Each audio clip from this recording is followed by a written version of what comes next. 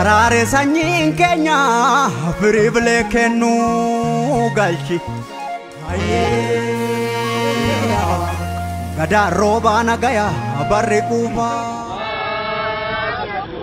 Daawwattoota keenya egaa kun immoo cufinsa ayyaana irreechaa magaalaa Buusaa.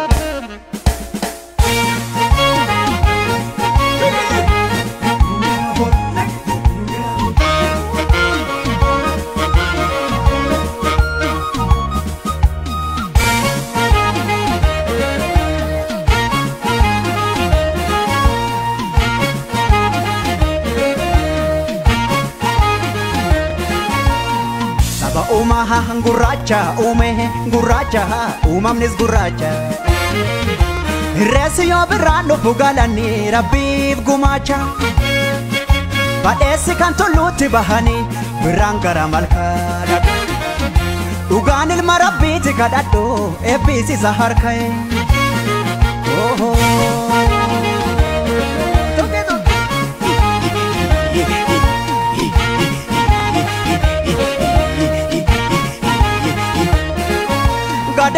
Gadaan kuni saddeeta qaboo saddeetan mareeho Udaan kuni malkaan kuni barseera qabaay saddeetan mareeho Yaa'iin kuni kaaduree qaboo saddeetan mareeho Malkaan kuni irreessi barseera qabaay saddeetan mareeho Sadeenni kan gadaati yaa'iin kun kan duudhaati galanni kan uumaati Irreessi kan waggaa marmaaru Uumaatti amanneetu uumamaan kadhanneetu haraara sarganneetu Bilaani Oromoo malkaatti hiriiru Oromoon tokko Oromoon tokko Oromoon tokkichummaa keenya bilisummaa keenya jecha amma maddabar jedhu wajjiniin fuulduratti haadam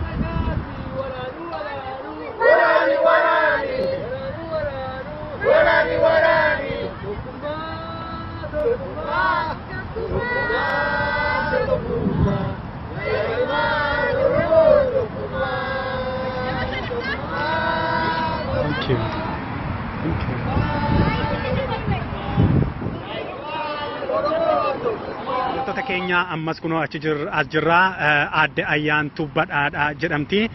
Akka naannaa kanaatti haadha Oromoo jennee ishee waamnaa namoota biyya adda addaatii dhufanii iddoo kanatti keessumsiisuudhaan iddoo qabachiisuudhaan gargaaruudhaan nama beekamtudha.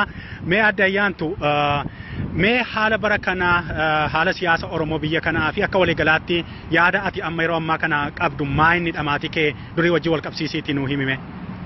Duraan dursee galata Oromoo hiroo isaanii lubbuu isaanii qabeenya isaanii kan kennanii fi kan wareegamanii galatan galchaa duraan dursee Waaqayyoon galanni isaa ga'u amma wanna inni jiru Oromoon bakka tokko walii galee jira walii galtee dhaabni keenya duris biyya jira nama hin beekne biyya hin jiru jedhaa malee waraanni keenya haa ta'u dhaaba keenya adda bilisummaa Oromoo biyya keessa jira.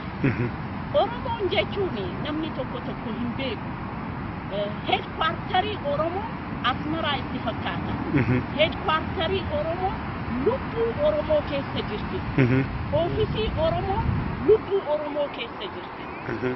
Galata galchinaa amma jechaanii shororkeessitoo jedhee kan nu yaame san qaanessinee cabsinee gallee biyya keessa mirga Oromoo kunuunsurra eegsisuma irra jirra.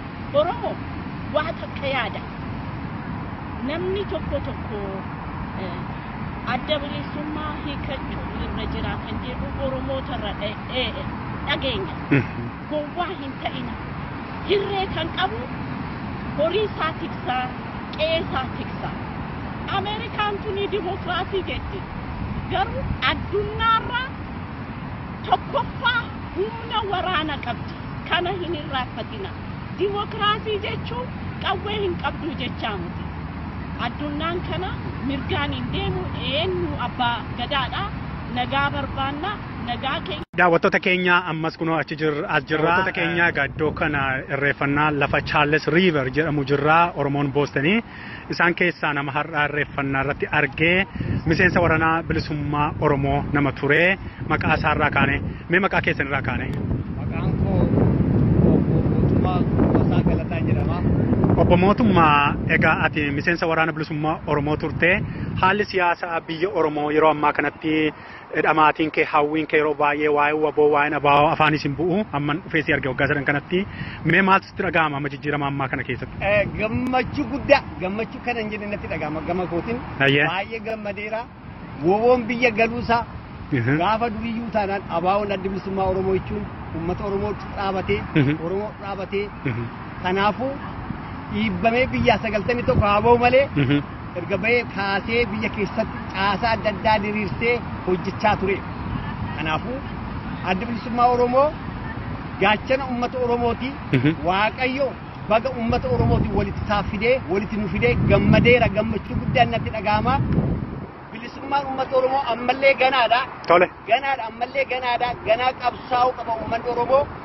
Gammachuu kana hin jenne natti dhaga'ame gammadeera baay'ee gammadeen jira. Yeroo ammaa kana waraanni bilisummaa Oromoo hiikkatu ololli jedhu gadhiifameera. Ati akka miseensa waraana bilisummaa adda Oromootti maal jetta yaadni kee kanarratti? Hiikkachuun qabu jedha. Tole. Waraanni bilisummaa Oromoo hiikkate jennaan Oromoon badeera jechuun hin danda'amu. Maaliif yoo jette Oromoon kan abdatu durumaa kaasee kan yaadus halkanii guyyaa abduun isaa waraana bilisummaa Oromoo arguuf hidhatee akka biyya keessa galuuf biyya Oromiyaa keessatti daangaa kan dhiyeessu mirga uummata Oromoo kan dhiyeessu woboon hiikkachuu hin qabu hin hiikkatus warri kana jedhee odeessu kun diina Oromooti. Ayyee galatoomi ulfaadhu yaada nuu kenniteef ulfaadhu fayyaa ta'i. Ayyee galatu. Daawwattoota keenyaa 8ti egaa kanadha. Hordofaa uummanni gammadee akkas godhatala.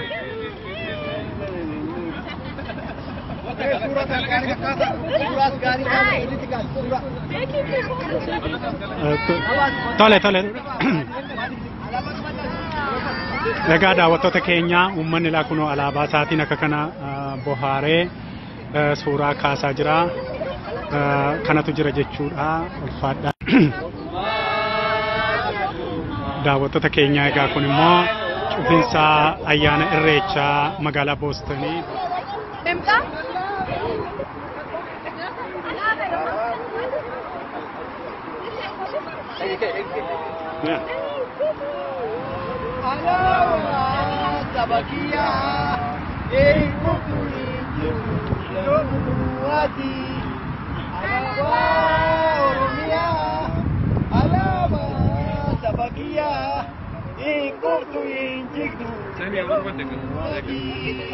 Okay.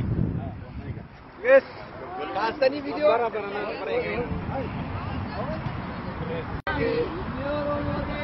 Ammas daawwattoota keenya akkuma itti fufetti jira irreeffannaani kunoo amma irreeffannaarra jirra. Irreeffannaan kuni haala bareedaadhaan gaggeeffamaa jira. Egaa daawwattoota keenyaan uummanni Oromoo biyya ambaa jiraatu keessatti aadaa isaa utuu hin irraanfatiin hin dagatiin akkuma itti fufetti jira. Kun irreecha jechaadha. Kunooti bishaan akkas utaalu kana keessatti irreeffannaadhaaf qophaa'eera. Sabni Oromoo magaalaa Boston biyya Ameerikaa keessa jiraatu. Ammas qophii keenya itti fufaa nu wajjiniin ta'a.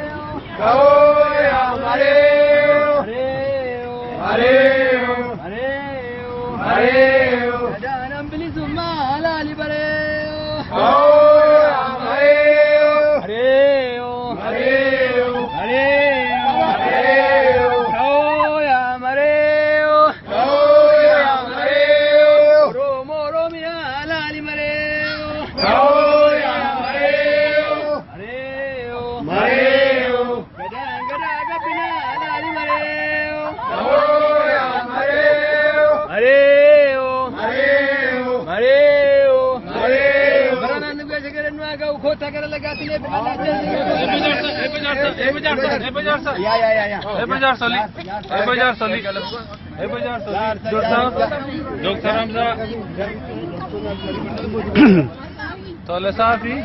Egaa daawwattoota keenya amma faaruu erga fixanii booda eebba maanguddooliitiin irreeffannaadhaaf fuuldura eebba maanguddooliitu eegalaa jira. Eebba maanguddooliitii fi Piroofeesar Hamza Abdulrazaq itti aadayyaantu eebba ganagaan. Ammas daawwattoota keenya akkuma itti fufetti jira irreeffannaani kun amma irreeffannaarra jirra. Irreeffannaan kuni haala bareedaadha. Inni kun Naa'ol jedhama. Naa'ol Abii jedhama. Kun irreeffannaarra jira. Mucaasaa isaan gafaati. Daawwattoota keenya abbaaf ilmi akkas fakkaatu. Egaa haala kanaan irreeffataa oolanii guyyaa har'aa daawwattoota keenya waan ammallee nu duukaa jirtanii fi ulfaadhaa galatoomaa. Kuni bishaan Charles River jedhamudha akka biyya kanaatti magaalaa Cambridge keessa jira. Yuunivarsiitiin Harvard ol garagararraa kanadha. Yuunivarsiitii Harvard irraa maayilii muraasa yeroo ta'u egaa bishaan kun bishaan guddaadha. Biyyi kun biyya bishaaniin beekamudha. Galaanni Atlaantikaallee dhiyoo kana jira. Kanaafuu daawwattoota keenya egaa kunooti bishaanumadha. Biyya bishaaniiti, biyya qorraa. Irra caalaatti biyyi kun yeroo baay'ee cabbiidhaan dabarfama. Biyya Ameerikaa keessaa Booston kun doqorrituudha jedhamtee beekamtuudha. Egaa irreeffannaanis guyyaa har'aa asitti oolee irreeffannaan biyya Ameerikaa magaalaa Cambridge keessaa kun yeroo jalqabaatiif haala gammachuutiin sochii biyya keessa jiru. Haala adda bilisummaa Oromoo waraanni bilisummaa Oromoo biyya galeellee gammachuudhaan bara darbee bara waggaa lamaan kanaa haala gaddaa haala aariitiin dhumaatii ijoollee keenyaa wajjin wal qabateenii sanatti ture. Amma hafuurri gaariin jira. Haa ta'u malee yeroo ammaa kanattis Oromoon lixaa warra Benishaangul Gumuz jedhamuun ari'amee du'aa fi biyyaa buqqifamaa yeroo jiru yaadachaadha kan nuti irreeffannee ulfaadhaa fayyaa ta'a walitti deebina.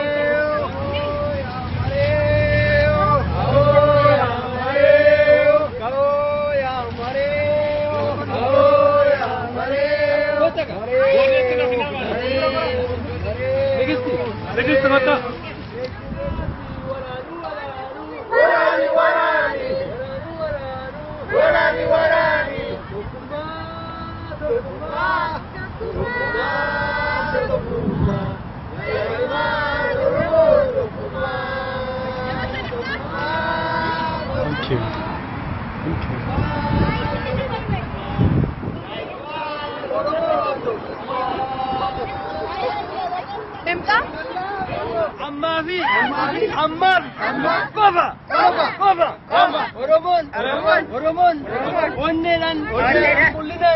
Tokkummaan bitaa mirga fuuldura duubatti dhiya baha lixa osoo hin jedhin duratti harka ol qabatee deemuu qaba.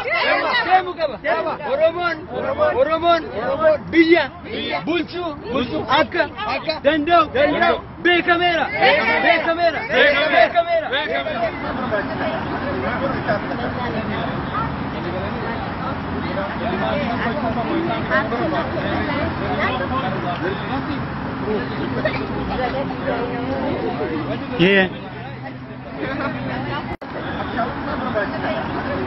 Ayyaantu badhaadhaa jedhamti.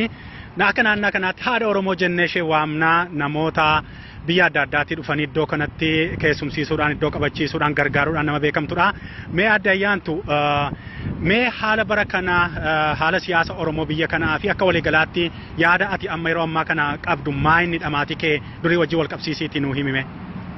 Duraan dursee galata qabsoo Oromoo hiroo isaanii lubbuu isaanii qabeenya isaanii kan kennanii fi kan wareegamanii galatan galchaa. Duraan dursee Waaqayyoon galanni isaa ga'u.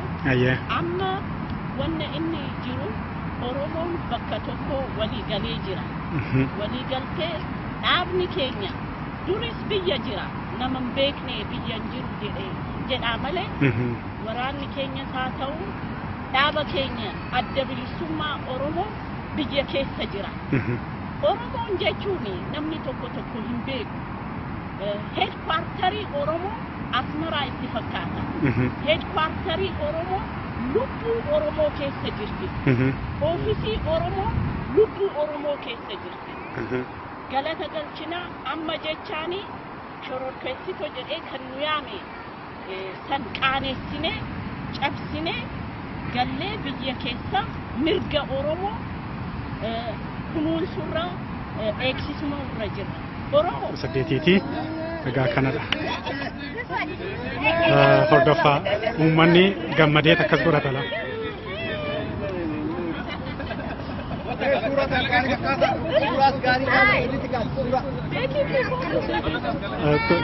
Tole.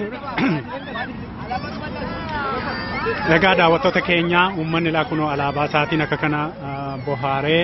Oromoota qoranne safuu saba keenyaan daganne harkatti barjiidhaa qabanne uumaa masaan zaganne duudhaa Oromoota qoranne safuu saba keenyaan daganne harkatti barjiidhaa qabanne uumaa masaan zaganne.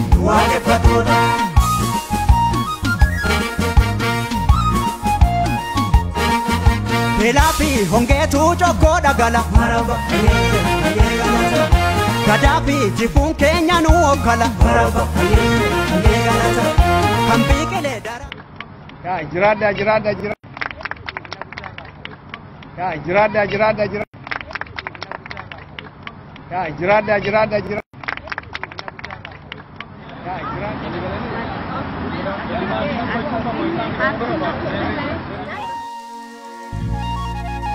Akka uumamaa gurraacha garaan garba Ukicha maqaan dhibbaa halee moroo bataliila Yaa'ii malee waa murtee si waan mannunu dhufte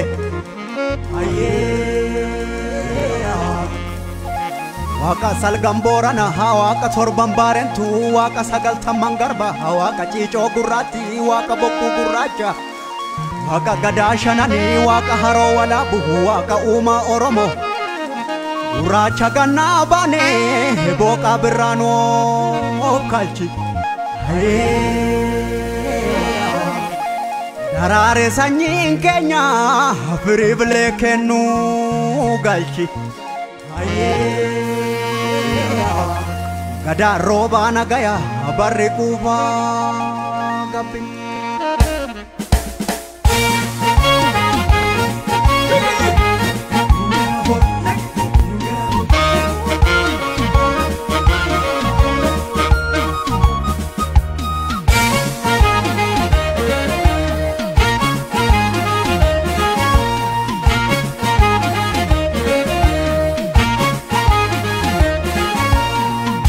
uumaa gurraacha uume gurraacha uumamnis gurraacha Irreessi yoo birraan dhufu galanii rabbiif gumaacha Badheessi kan tulluutti bahanii birraan gara malkaa Dhugaan ilma rabbiiti kadhadhu eebbisiisa harka'e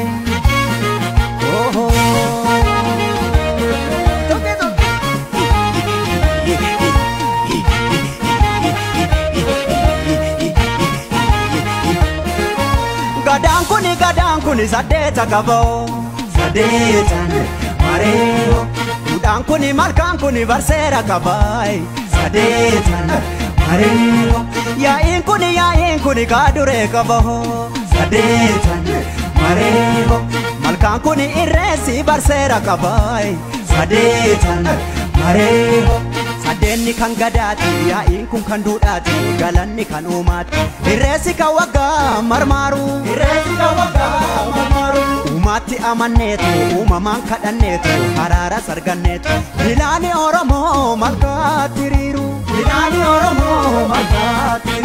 Duudhaa Oromootaa qoranne safuu saba keenyaan daganne Harkatti barjiidhaa qabanne uumaaf uumamasaan zaganne Duudhaa Oromootaa qoranne safuu saba keenyaan daganne Harkatti barjiidhaa qabanne uumaaf uumamasaan zaganne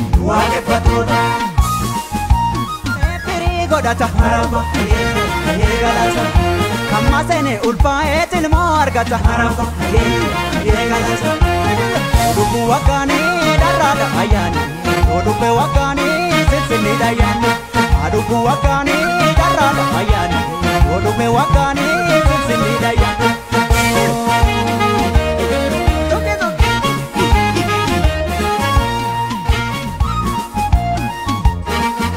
Beelaa fi hongeetu jokkoo dhagala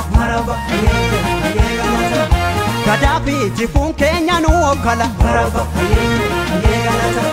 Kan biqilee daraaree firii godhata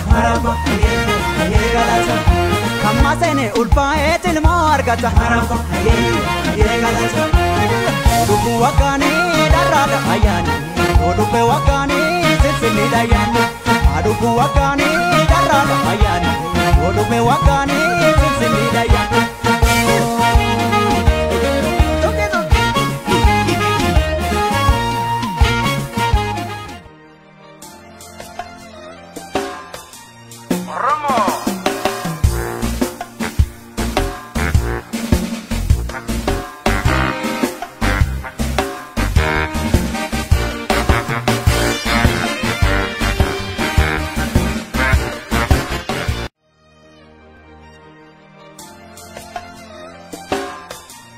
Oromoo